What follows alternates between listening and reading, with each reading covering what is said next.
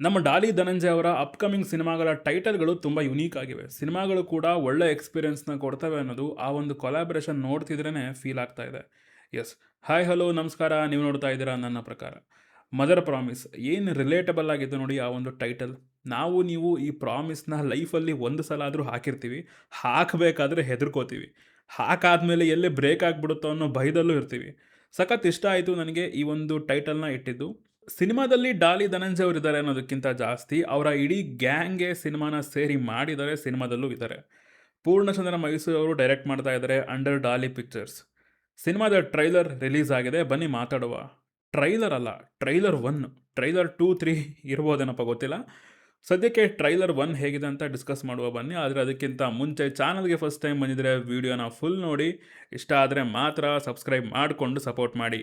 ಇಡೀ ಟ್ರೈಲರಲ್ಲಿ ನನ್ನ ಗಮನ ಎಲ್ಲ ಒಂದೇ ಕಡೆ ಇದ್ದಿದ್ದು ರಾಸಿ ರಾಸಿ ರಾಸಿ ರಾಸಿ ಪಾತ್ರದಲ್ಲಿ ನಮ್ಮ ಡಾಲಿ ಅವರು ತುಂಬ ಶೇಡ್ಸಲ್ಲಿ ಕಾಣಿಸ್ಕೊಂಡಿದ್ದಾರೆ.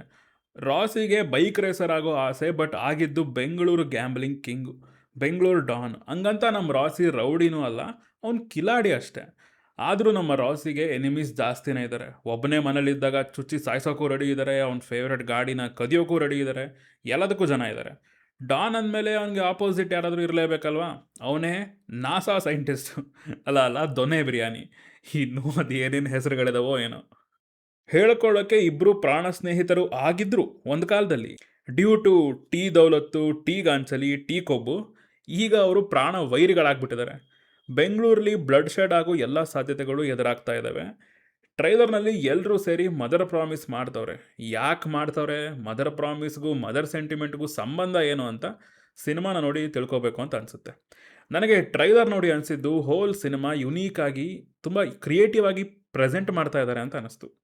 ಈ ಟ್ರೈಲರ್ ಕಟ್ ಏನಿದೆ, ಸಿನಿಮಾ ಯಾವ ವೈಬಲ್ಲಿರುತ್ತೆ ಅನ್ನೋದನ್ನು ಕ್ಲಿಯರ್ ಕಟ್ ಆಗಿ ಕಮ್ಯುನಿಕೇಟ್ ಮಾಡ್ತಾ ಇದೆ.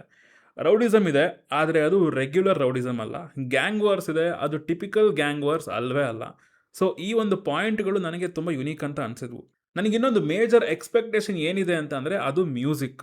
ಇದುವರೆಗೂ ಬಿಟ್ಟಿರೋ ಎಲ್ಲ ಪ್ರಮೋಷನಲ್ ಕಂಟೆಂಟಲ್ಲೂ ಮ್ಯೂಸಿಕ್ ನನಗೆ ಸಿಕ್ಕಾಪಟ್ಟೆ ವರ್ಕ್ ಆಗಿದೆ.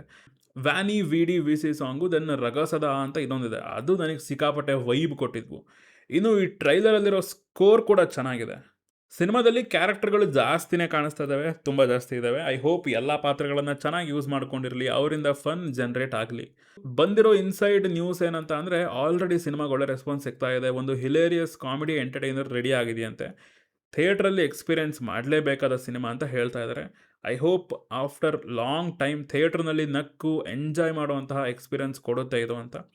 ಇದಿಷ್ಟು ನನಗೆ ಈ ಟ್ರೈಲರ್ ನೋಡಿ ಹೇಳಬೇಕಂತ ಅನಿಸಿದ್ದು, ನಿಮ್ಮ ಜೊತೆ ಹಂಚ್ಕೋಬೇಕು ಅಂತ ಅನಿಸಿದ್ದು. ನಿಮಗೆ ಟ್ರೈಲರ್ ನೋಡಿ ಏನು ಅನ್ನಿಸ್ತು ಅನ್ನೋದನ್ನು ಕೆಳಗಡೆ ಕಮೆಂಟ್ ಮಾಡಿ ಅಂತ ಹೇಳ್ತಾ ಸಿಗೋಣ ಮುಂದಿನ ವಿಡಿಯೋದಲ್ಲಿ. ಬಾಯ್.